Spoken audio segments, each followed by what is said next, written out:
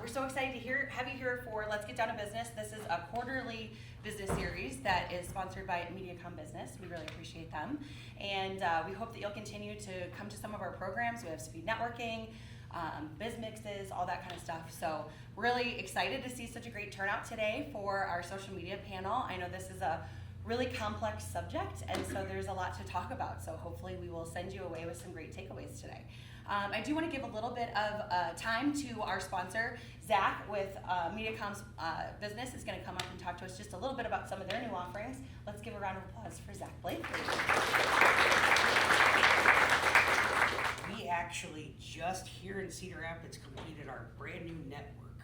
So we now offer symmetrical speeds over fiber and coax, which is something that nobody's ever done before.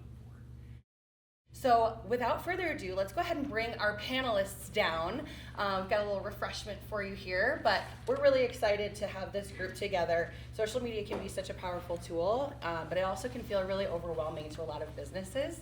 And so today we're going to bring together 3 different perspectives: a marketing agency, a destination marketing organization, and a small business owner who manages her own channels. So to talk a little bit about what's working for them and how businesses can create social media presence that feels manageable and effective. So I'm going to go ahead and start with Jen down here. If you tell us just a little bit about your background, Sure. And then your organization and your social media approach. Absolutely. So I am Jen Draper. A lot of you might know me from my event planning world, but I am now the owner of HEA Book Boutique. It is Iowa's original romance bookstore, and we are always having fun. My social media approach is generally that. It's fun and it's community building, and I think those are the 2 things that have helped grow us in pretty dynamic ways. Thanks, Jen. Go ahead, Amanda. Oh, sorry. I'm Amanda Hoffman. I'm a digital marketing strategist at Informatics. We are a marketing and web agency located in downtown Cedar Rapids, right above Rock Bar, Need Pizza. We are locally owned, family owned, been around since 1998. And I would say our approach to social is very strategic. We really take a look at goals, who the audience is, where they are, and where we can make the most impact for our clients. I'm Emily Kleitch. I'm the Director of Marketing at the Cedar Rapids Tourism Office.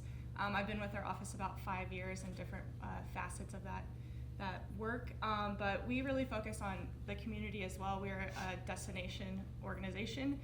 We work on promoting Linn County and Cedar Rapids to people 5-hour radius from us, and then also to locals so that they understand what's going on in our community and what they can see and do.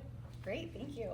Can you tell us a little bit, just real quick, about who's doing the social media posting for your organization? How many people? And yeah.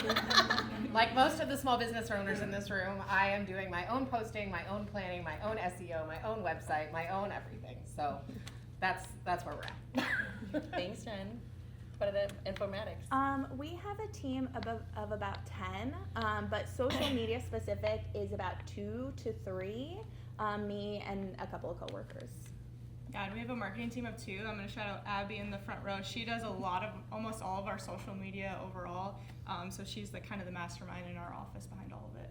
Way to go, Abby. Thanks for showing up. And tell me, how large is your team in general? Yeah, overall we have 6 people. Okay, Yeah. so a smaller team, Yep. but more than one person Yes. working on Yep. social media. Okay, great. So in terms of focus, I think there's so many different areas where businesses can be, should be, and that can be really overwhelming. So let's start with, many small businesses feel like they need to be everywhere at once. If someone is feeling overwhelmed, where should they start? It's kind of a big question. I would say identify your target market. So for me, it's going to be people in the 20 to 45, 50 range, and so that's why generally I focus on Instagram and on Facebook. But TikTok, Book Talk is huge, and a lot of people are aware of Book Talk. I'm not great at TikTok, I'll be honest, but I try to show up there when I can.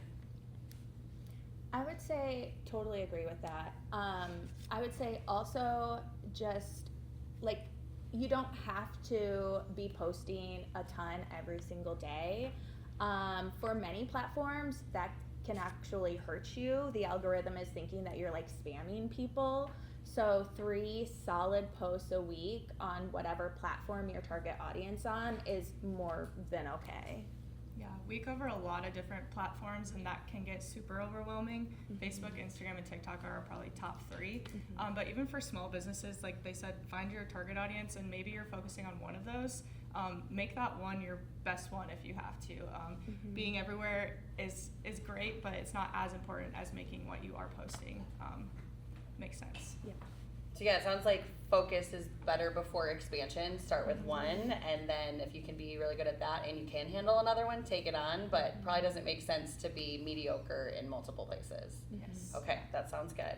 How do businesses, this maybe is for Amanda, how do businesses determine which platform deserves their attention? I mean, you have a lot of different businesses that you work for. How do you, what's different between, say, like another marketing company and just like a small business who's maybe retail or something like that? Yeah, I would say it's definitely where their audience is, not only now, but also where do they want to grow. If they want to grow into like millennial women, then maybe they want to be more prevalent on Instagram versus Facebook. But then also what their goals are. If their goal is like revenue, if it's brand awareness, if it's thought leadership, if you're B2B, maybe you want to be on LinkedIn. I think that's one that isn't thought about as much, but is really important for becoming that authority in whatever space you're in. So again, just taking into account where your audience is, where you want to grow, and then what the goals of your organization are, and what the goals you have for even being on social media in the first place.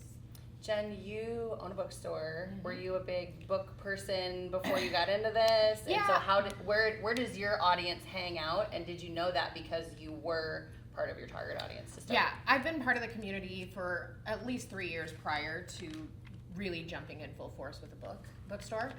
I would say I knew it to be on Book Talk, right? Like everyone in the pandemic, I was drawn into TikTok, and we were all doing dances in our living rooms. But for me, being able to watch that, I had a personal Book Talk that I did And for that's a Book while. Talk, T-O-K Yeah. versus T-A-L-K. Yes, yeah. Okay. So I had a personal TikTok hashtag that Book Talk. focused on books. And when I decided to open a bookstore, we had a lot of conversation around, do I keep that in that personal book talk account, that personal TikTok account, and make it focused on the bookstore? Or do I create a separate bookstore account and then identify my personal account as like a representative of that bookstore? And so I chose to do the second option, because when you are a business account, you have access to different things than you do as a personal account. And when you are a personal account, sometimes you have better access to sounds, and you have better access to, different types of collaboration that you could do.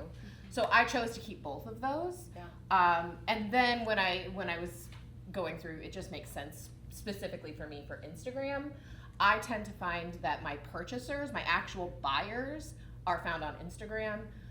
People who are lurkers, people who love books, are found on TikTok. And then they're probably coming into the store going, oh my God, it's so cute, I'm gonna shoot a video. How much is this? It's full price. What? I'm going to Amazon. So that generally has been my experience with TikTok versus Instagram. Sometimes you can draw them in, but you're not always Yeah. going to sell them. Yeah. Okay. Great, thank you.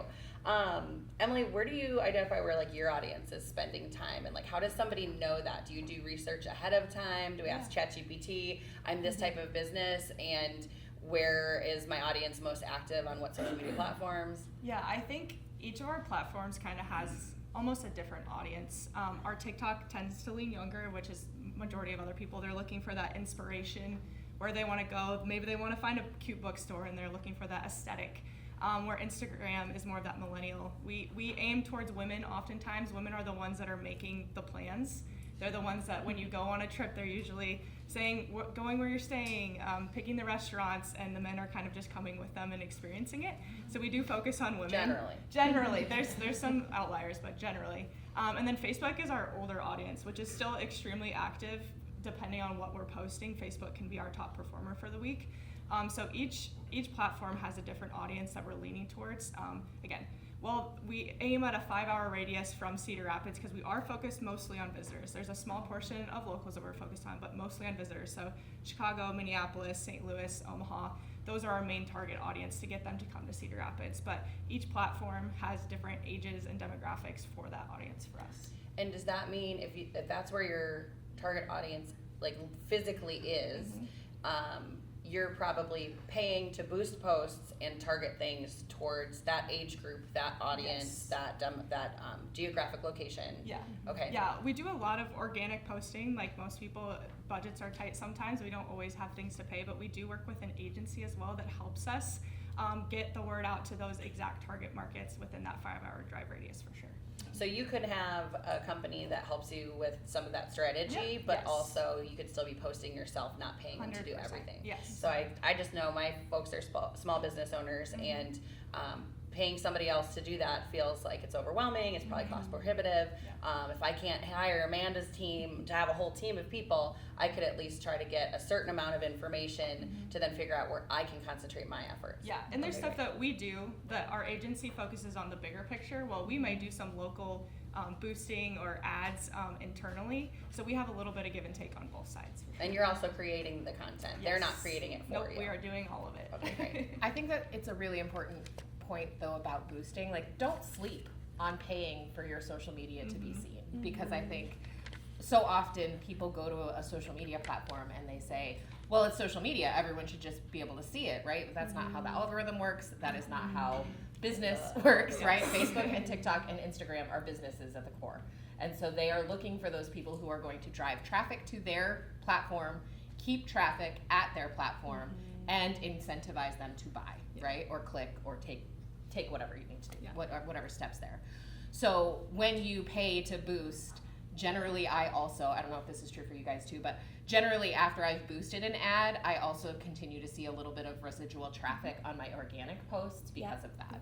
Yeah, it's like a ripple effect. Yeah. So, organic posts, probably about like 10% of your audience on a good day, 10% of your followers will see those posts. So when you boost it, it kind of has like this residual effect where all of the posts that you did before and after will see that boost also in views, engagement, impressions. Let's take a quick little poll of just kind of who we have in the room, and if we have any friends joining us, we might have some chairs just right over here to the side. Raise your hand if you are part of like a very small business, like 10 people or less. Okay, good deal. And then raise your hand if you're part of like a bigger business and you do social media for them. Okay, great. So definitely a lot of small teams. Raise your hand if you're 5 people or less. Okay, great. Good to know. Raise your hand if it's just you. Okay, sounds good. Good. Well, hopefully we're speaking to all of you. But yeah, I think that's really important when you're trying to figure out where to be and who your audience is and what to boost, is to say, okay, what a company with 10 people can probably pay to boost is different than what a company with 1 person can afford to pay to boost. So can we talk just a little bit on like, I think some people are like, I don't even know what it costs to do that. What does it cost to boost a post at minimum? Well, maybe what does that look like for Jen as a small business owner? And then what do you see in terms of what's practical for you or your clients? Yeah. What can they expect to So spend? from a strategy perspective, I look at what it is I'm trying to accomplish and decide a budget based on that, right? If I'm just trying to get 10 to 15 people to come to an event, that budget's going to be somewhere in the range of like a $50 boost, right? If I am looking, like we're doing an event in August and I want to have 350 tickets sold by August. So at that point, I'm looking at like probably a $300 to $400 budget for that across all of the platforms. Awesome, thanks. Yeah, I would say Meta like wants your money. Yeah. And so they do a good job of making it really easy, but also giving you estimates as well. So when you're setting up the ad or boosting it, they'll say, oh, you're estimated to reach like X amount of people, which can help based on whatever goals you have for that particular post.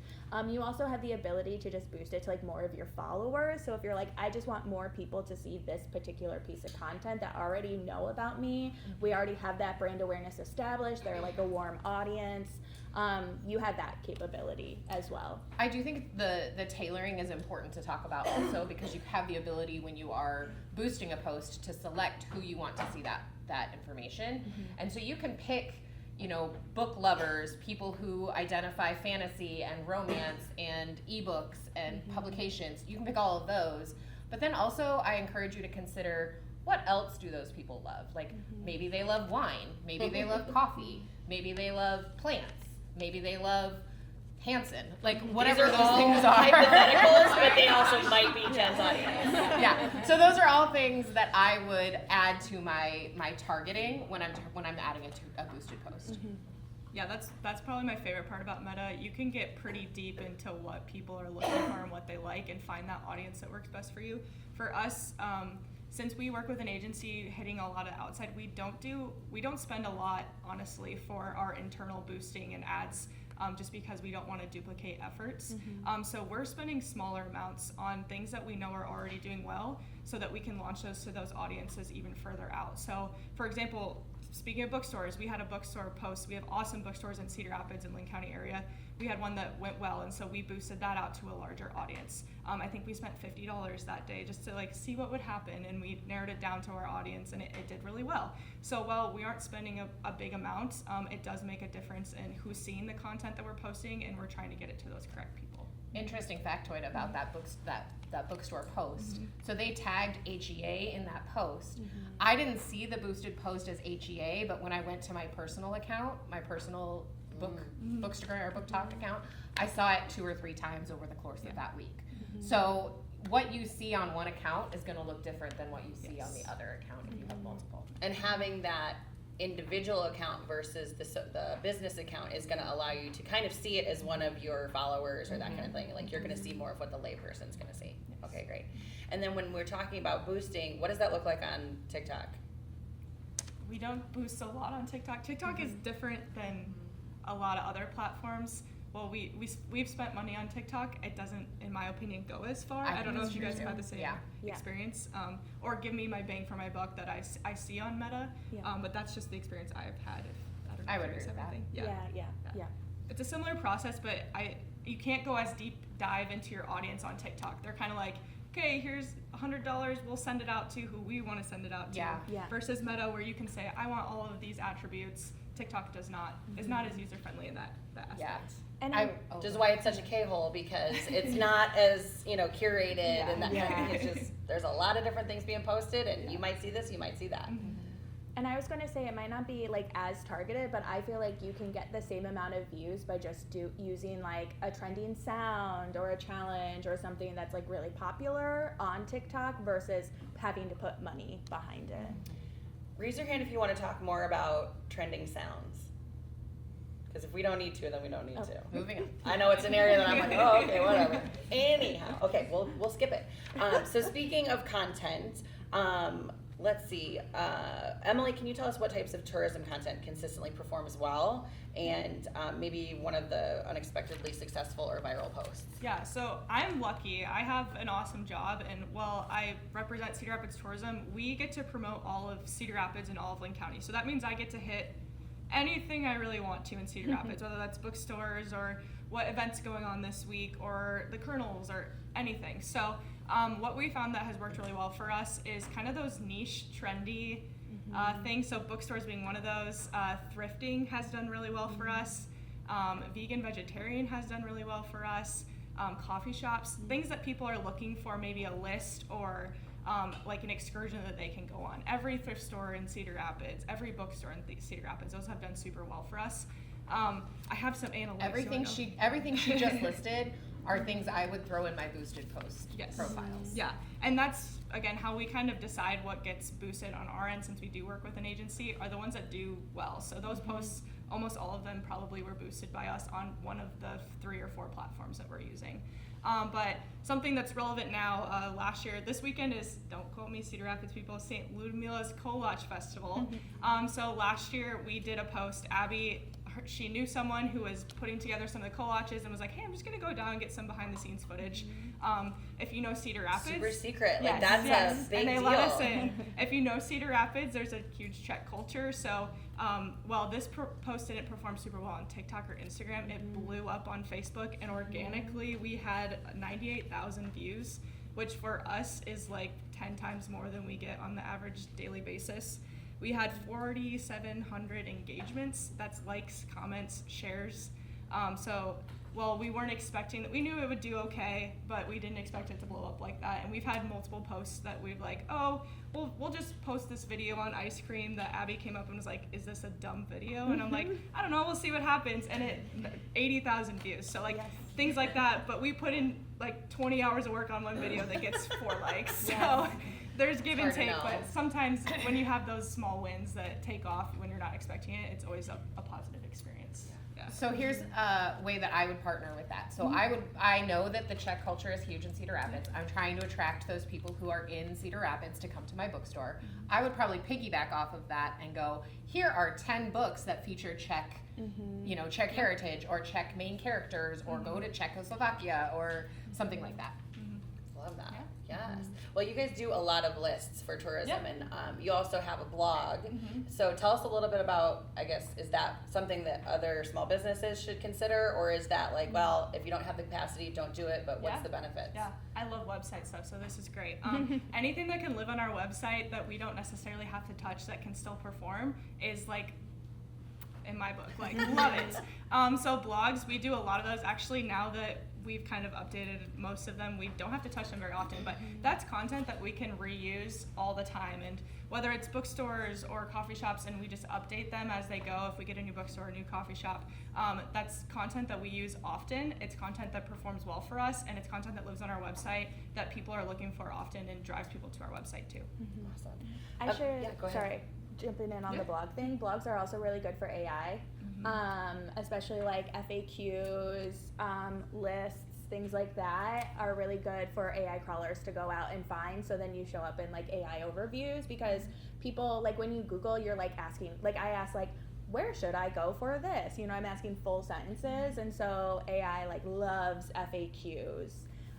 So blogging, it's hard because like to sit down and write a blog, but I would say to at least have some blogging happening is going to help you more than not.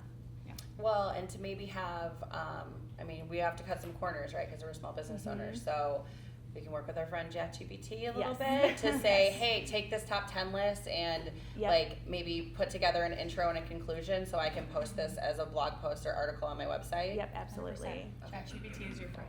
It's your intern. Unless you're morally opposed to AI. Well, and I think that's which the is other, also okay. That's the other thing to be aware of is then, being a smart consumer. And if you are only taking the AI summary that comes as a result of your question, they could be crawling on some bogus lists and not actually be providing you with reputable information. So always check your AI. Consume carefully. It'll lie straight to your face. And Yes. you'll be like, this is wrong. And it'll be like, wow, you're right. But it sounds like a friend. Yes, you're right. It is wrong. They're tricky. This is so terrifying to me, you guys. It is. It's bad. Amanda, across clients and industries, what patterns do you see in content that performs well? Very similar content that has like people in it. People like, they want to connect. They go to social media to connect, so they want to see people in their content. They want to see faces. We've had posts, where it's like, I'm like, this is gonna kill it, and it does awful. And then there's like the dumbest post that we're like, let's just try it, and it gets like 500 likes, So I would say, like testing, always trying out things. The good thing about social media is you post it, it's like gone in a day.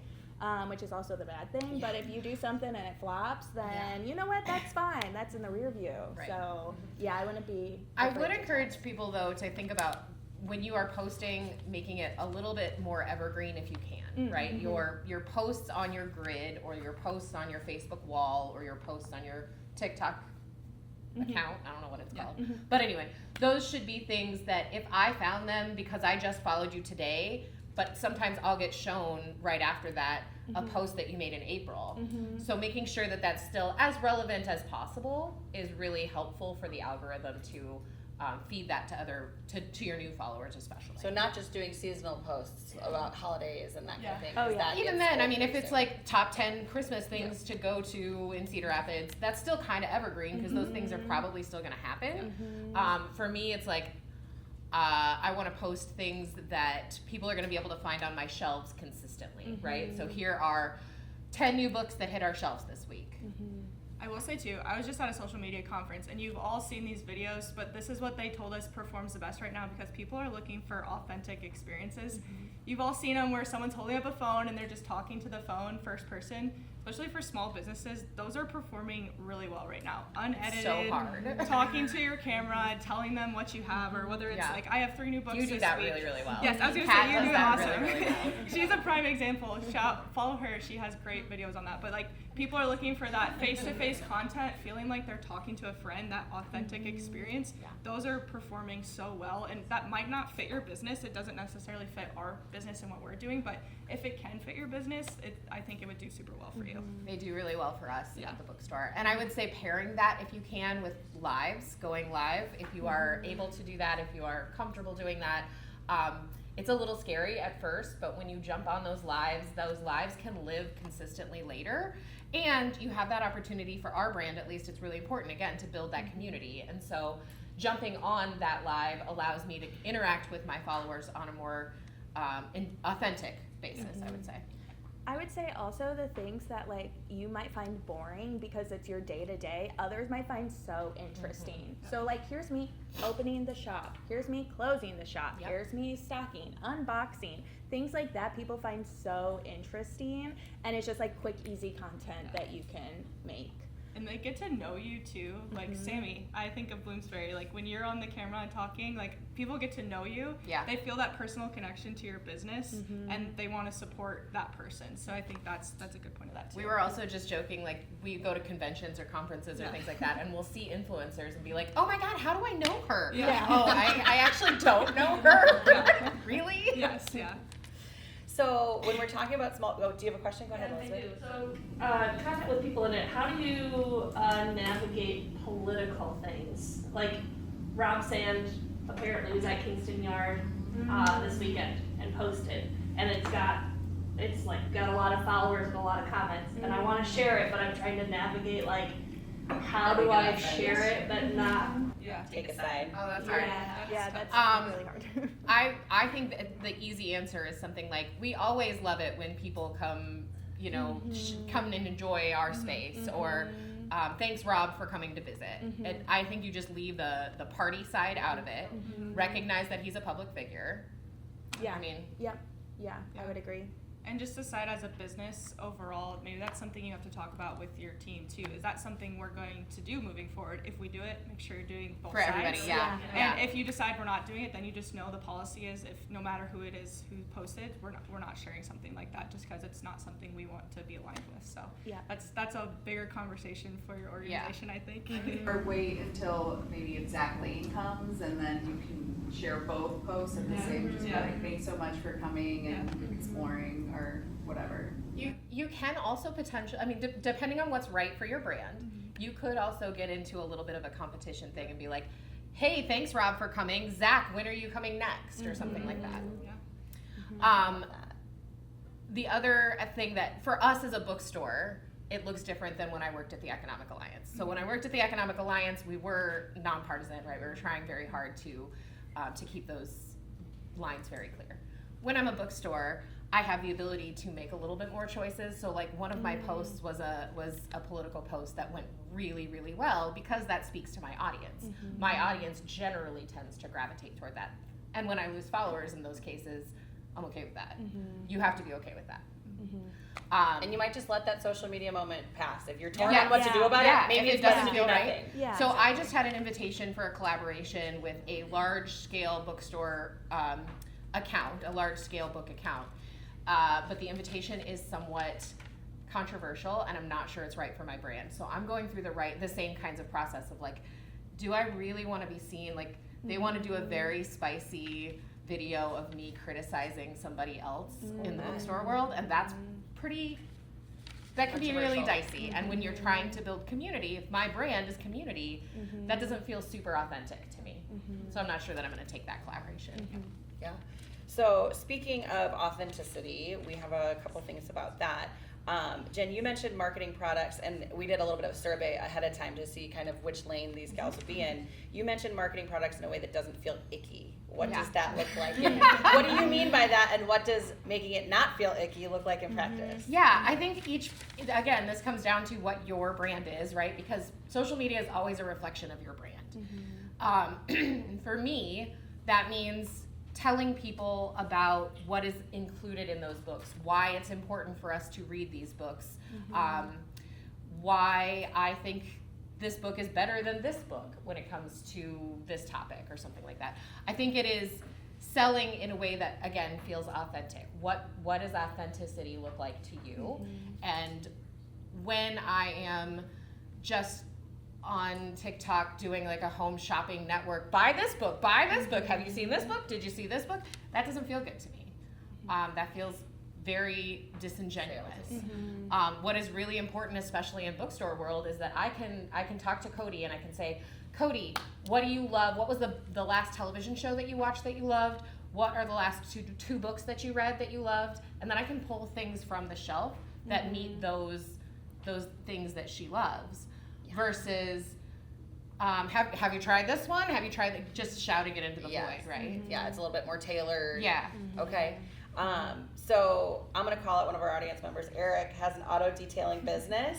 And so I'm just thinking for a little bit back to that, putting people in front of the camera, content.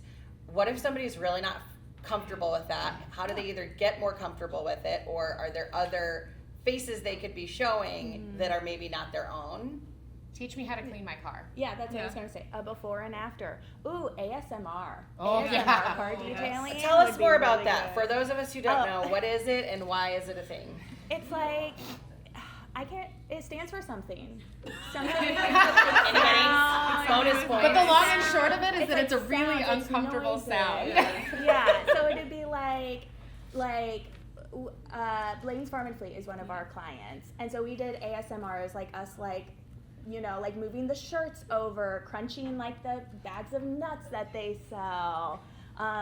Doing like a dog toy. It's like noises, sounds. I see Tammy's face. Autonomous She's thinking of sensory something meridian else. response. Yes. It describes a relaxing, static-like tingling sensation that typically begins on the scalp and moves towards the neck and spine. So basically, you're helping triggering actual reactions by tapping your Tingles. fingernails on the book or something like that. That's That love feels that. icky to The me. nails. So, Yes. yeah, like for us, you can crack a spine and it gives a Yes. really interesting noise. You can, like I will do my own edge painting sometimes and you can crack those edges. So for you, it might be like a brush on the upholstery Yes. or, Sammy's pouring corn in that. Yeah. I love that sound. Yeah.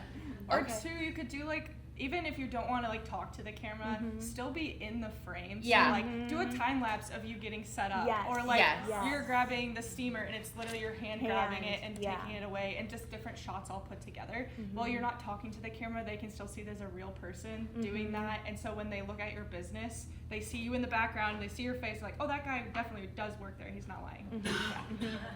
I struggle with that only in the fact that I don't have any help, and I'm not a graphic designer. Yeah. I'm not a videographer. I don't know how to edit. Yeah.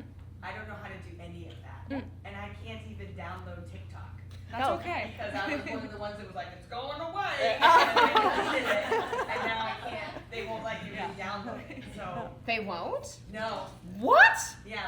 Once they decided it was gonna come back, and I It was can't only ever- for people? I'm out.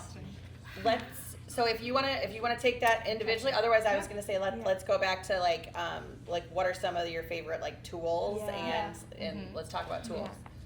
I mean, I think that you don't, like, that's the great thing about social is, like, you don't need fancy equipment at all. You literally just need a phone.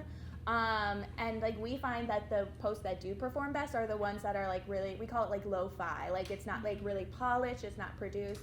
And honestly, going back to our AI conversation, I think that that's, like, a pushback against AI, is that people don't want to be, like, duped. They don't Yeah. want to see a video, like, there's all these comments, you know, you see, like, a cute panda or whatever, and people are like, this is AI, and you're like, it got me, Yeah. you know, and people don't want to feel that, so I think, like, having, you know, that realness, that authenticity is what is performing well, And one platform that I like to use a lot is Canva. And Canva makes it like so easy. They have templates. You just like upload your stuff, and you can like they literally like walk you through it. They make it so easy to create whatever you need to create. I also think, especially when we're talking about video editing, utilizing the edit programs that come with the platform you're trying to use. So Edits is the Instagram version of that. So using that automatically when you download or pull out the video that you've edited, it's already kind of primed for success on Instagram and on Facebook because it's created by Meta. So Meta wants you to use both of those platforms. TikTok, if you are doing it inside TikTok, the best possible way to do it is to edit in TikTok. If you are going to reuse content, automatically do it in TikTok, pull it from TikTok and put it into Instagram. Don't do it from Instagram and put it into TikTok. It will not work the same. And for Rachel, who can't get into TikTok, Yes. so Canva, raise your hand if you have not used Canva. Okay, great. Welcome to the party. Yes. Get a free account now. Canva is incredible. It has come. I've just used it for like changing colors of backgrounds and really basic stuff, and it's just continued to get so much more like intelligent and easy to use. And so I haven't even gotten into the video aspects of it, but knowing how user friendly the other aspects of Canva are, honestly, I haven't done any video exploration in that, so that might be the first place to go. And I would recommend investing at least in a month of a premium account to then say, okay, if I have the time to play with this, I'm going to go ahead and pay for it. It's so worth It's it. definitely a great ROI for sure. And then who's used CapCut? I say CapCut is owned by TikTok, so it is another video editing platform that's super easy to use, and it can be scary to get started, but I know just by using it, if you're in there 2-3 times making a video, you'll be surprised how easily you will catch on, because it is supposed to be an easy thing to edit. And that authenticity, like if your first video is not perfect, us as people watching your content will not really notice. You will notice the little things way more than we do. It's about getting that content out there for people to see and take in, and then they'll just keep coming back for more. And don't be afraid to play. Like, Yes. just play with it. And if it doesn't go anywhere, too bad. I did a random lip sync and it went viral on TikTok. And like, why? I don't know. It just did. But don't be afraid to just play around, because that information that you're constantly putting into the algorithm just means that it's saying, okay, this person wants to be active. They want to be participating in our community. So let's maybe give them a boost on this one. Let's like throw this out to a few more people. I think the more you give it, even if it feels uncomfortable or crappy in your eyes, it's still going to be good in the long run for your brand and your account.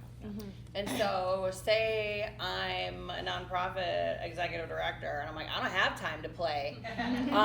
Let's say, can we set a time limit and say, okay, play with this for 30 minutes and see how far you can get. And if you are pleasantly surprised that it is user friendly, like, okay, that's something that justifies more of your time. If it feels clunky and difficult, then like maybe that's not for you. One other thing I would mention, talking about like Eric's social media, about auto detailing, breaking that stuff down into smaller pieces of content. So it's like, here's how to do your upholstery, here's tires, here's this. And so while we could detail an entire car and show a time lapse of that, but if people want to either do it themselves or see your process, how can we make this bite size instead of a tour of the whole farm? Let's go attraction by attraction. Well, and reuse content, right? Yeah. Do all of the detailing, show one video start to finish, and then do a whole week series of deep dive into what you cleaned. If you're going to go on a tour of the farm, videotape all of the different pieces and use it over the course of 2 weeks while you encourage people to continue coming out. And it's important to talk about timing with this too. Don't think you have to make a 1 or 2 minute video. No. 15-second clips is all like people have to pay attention to. So if you can focus on 15 to 30 seconds, like that's all you really need to get that out there. And if you look at your algorithm, it will tell you, or you look at your analytics, it'll tell you when people start to drop off in your video. And that's a good indication of why. Like, look at, okay, in this video, the music swelled at this point and then people swiped. Or the reveal happened at this point and people swiped. Use those analytics for what they're there for. And some people might not have you might not be there yet. You Yeah. might not be Yeah. at an analytical spot. You're Yeah. just Yeah. getting experience creating content, and that's better than Yeah. not doing it at all. Absolutely.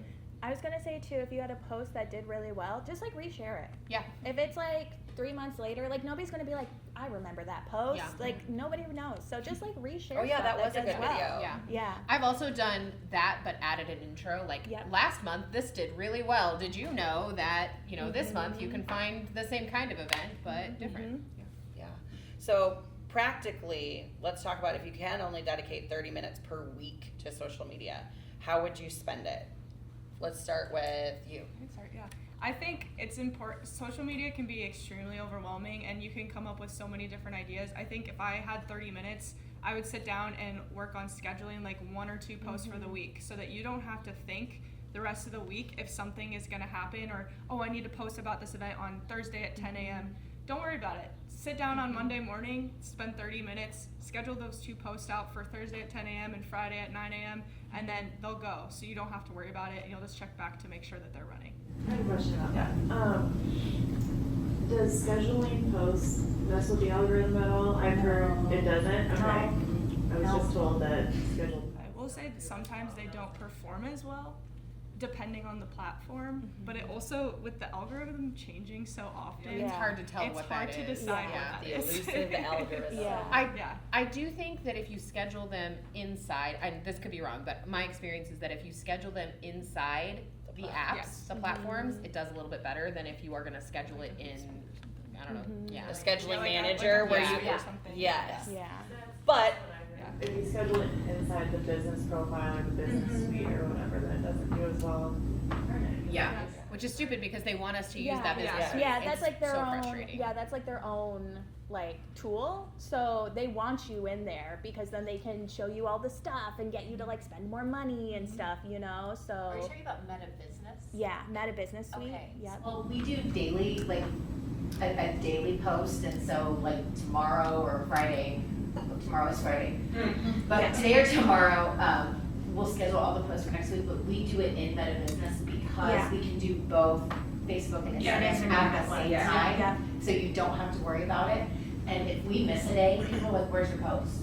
Yeah. So if you have something that you've got people that are waiting for it and wanting it, and you might That's have still to gonna juggle. perform and it's better. not. What's like- more important to you, like the yeah. performance or Right. the consistency and the ease, And and I'm also talking- realizing some of it is just Yeah. random. Right, Yeah. and I'm talking hundreds, like, we're babies in our social media space. It's not like the thousands, but it's at least helpful and it's something, and we know it's resonating with people, so it's a starting point. I really think the algorithm does change like weekly. Like Yes. we've had scheduled posts that done well, and then we've had scheduled posts that don't do well. So it honestly does not matter. It And truly there are doesn't. times. It's meant to frustrate you. Yeah. So try Yeah. not to let the terrorist win. Yeah, and there are times where I am like almost certain Meta's doing like stuff on the back end and it's glitching stuff, Yeah. and I'm like, this is not working, and they're like, well, we don't know, and then like a week later it works perfectly because I think they are accidentally messing up on the back end and they don't want to like tell anybody, so Yeah. they are just like glossing over that and then like quickly fixing it. Yeah. So if you're frustrated, it's not just you. Yeah. It's like you're not alone, and Yes. it might not be you're just bad at this. Yeah. There's other reasons. To, kind of Yeah. try to let things roll off your back a little bit because Yes. there's just so much that you could get furious about. Yeah. To just kind of let it go. Let's just keep at it. The consistency, I think we've talked about, is Yeah. pretty key. And consistency will help with Be your more- reach. Yes. So And remember that for every 20,000 view post that I have, I also have 200 view Yeah, posts, yeah. right? Like don't get sucked into, oh my gosh, I have to compete and get 20,000 views every single time. Yeah. That's not true. I have a question. How do you kind of balance the real estate of social media? Because we have a lot of we do 500 events per year. And we have a lot of things that need a call to action to get people off of social media and take an action on our website, which I know the algorithm doesn't love because it gets people off their site. So how do you balance community building versus CTAs and getting them off the website because we do like need our audience to take these actions and know about these events. I'm just gonna take a pause here and tell Thane, our photo and photographer guy, that, sorry, he's so much more than that. But that was too complex of a question for me to even try to rephrase for our friends who are watching this canned content later on the internet. So just a quick plug to come to these things in person because there's so much more to gain when you're actually in the room. Yeah. Take it away. So I think the question sounded like, how do we balance the fun things that we want people to stay in our social media platforms and watch and engage with, and how do we balance that with now go buy this ticket to this event, now go buy this book, now go, visit St. Ludmilla's, whatever that is. And I think the answer to that is very carefully. So for me, it is thinking about at a week's time. On Sunday night is usually when I'll sit down and go, okay, for the next week, I want to post. I always post a new release Tuesday post. So that is my post that everyone looks for. So when you have those things, stick with those things. That's okay. That works. Do it. Window washing Wednesday. Yeah. It can be a lot of things. I think for me, that's the day that most of the new releases come out, and so people are like, "Ooh, what am I gonna spend my paycheck on?" What does Jen think I should spend my paycheck? Yeah. So people are looking for that. I'm always gonna incorporate that. I'm almost always gonna have at least one event that I want to market, and that has, for me, that's the thing I want people to go out of Instagram, click into my website, and buy a ticket to. So I'm always gonna incorporate one of those. After that, it's like, okay, in July, we have a ton of things coming up. So I'm going to add a few more of those event posts in June to bump up for July. Versus, let's say, in April, I really want people to buy books at the end of the month on Independent Bookstore Day. So I'm going to spend a lot of time throughout the month of April talking about Independent Bookstore Day, talking about why it's so important for you to shop local, why it's so important for you to shop indie. Here are these amazing books that we're going to have that nobody else is going to, like your Barnes & Noble is not going to have this really cool edition of Neon Gods. So here's why this is really great. So I'm going to spend a lot of time encouraging people to stay in the platform then, because that's not a ticketed event for me. That is just come and shop. So we're coming up on about 10 minutes left. So I do want to ask, if you had to give people one piece of social media advice today, what would it be? And then we're going to get into some of your examples quickly, so that way we can see some of that, and then we'll conclude our formal program and we'll do more Q&A after that. Okay? So yeah, what is like, if you could tell somebody one thing to encourage them or to say, don't neglect this. Anybody's game. I would say what I talked about before, test. Do a lot of testing. Did this sound work? Did this format work? Just try new things. Don't be scared of that, because you never know what your audience is really going to resonate with and what they're really going to enjoy. I have some examples. It's like so stupid, and the audience just like really liked it. So I would say, yeah, if you're not sure, as long as it aligns with your organization's values, voice, all of goals, like post it. And like I said, if it doesn't do well, it's social media, so it'll be gone in like. Take yourself Yeah. too seriously. And unfortunately, like I said, only like 10% of your audience is going to see it on a good day. So I think we get scared that, oh, this is going to blow up and then 1 million people are going to see this and it's not perfect. And it's like, unfortunately, that is not going to So happen. rarely that So happens. Giant you might as well like have fun with it, Yeah. Yeah, I think the biggest advice I would give is just to be present. And whether that's one platform, 2 platforms, if you want to take on 3 or 4, but just make sure you're showing up for your audience, whether that's 1 or 2 posts a week. The more you're there, the more you will be seen. But if you're not there at all, no one's going to find you. So just be present on whatever platform you choose. And if there's not consistent content, there's no reason to go back. Yeah, and if you're only posting because you have an event once a year and you're only posting about that one event, that's not going to help you. Just show up weekly, whether that's an event or just showing where you're at, or a new update or something fun that you did this week, or a spotlight on a staff member. Like at least you're showing up. Just be present on your platforms. Yep. I think for me, it's knowing your brand and knowing what authentic looks like for that brand. So making sure you're engaging with other brands in an authentic way is also going to tell the algorithm to keep pushing out your content. So it's okay for your business to go to Bloomsbury Farms and like their posts. It's okay for your business page to be the one that comments on somebody's post. They want to know that there's a person behind that post. So I think making sure that you are authentically engaging as your brand in whatever way that looks like for you. Yep. Okay, should we go to Amanda's examples first? She might be up first. Okay, tell us what these are about. Okay, so Blaine's Farm and Fleet is a Midwest retailer. They have stores in Iowa, Illinois, Michigan, and Wisconsin. So this first one, it says all Midwesterners right now. She's literally wearing like 10 coats, and the video is just her unzipping all the coats. We posted this in like January. And it got 1.2 million views. And it's just a play off of the weather, because we as Midwesterners love to talk about weather, and a play off of wearing layers, and that's it. And what this does is, it's so good, is that it comes off as like, we're not salesy, but hey, we have all of these coats, and we also have Carhartt, so shop at Blaine's for your outerwear gear. This next one was by Cottage Grove Place.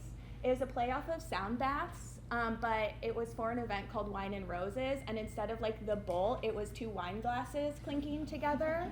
And it said, we're in our like wellness era, we're in it. And so again, it's a way to get people to RSVP for this big event they have, but it's not like in your face, oh, you should RSVP for this event. And then this one, again, so dumb. It just says free hats. And the play was a trend where it's like, our social media manager is sick today. Can you please like this post? And it got like 400 likes, 21,000 impressions.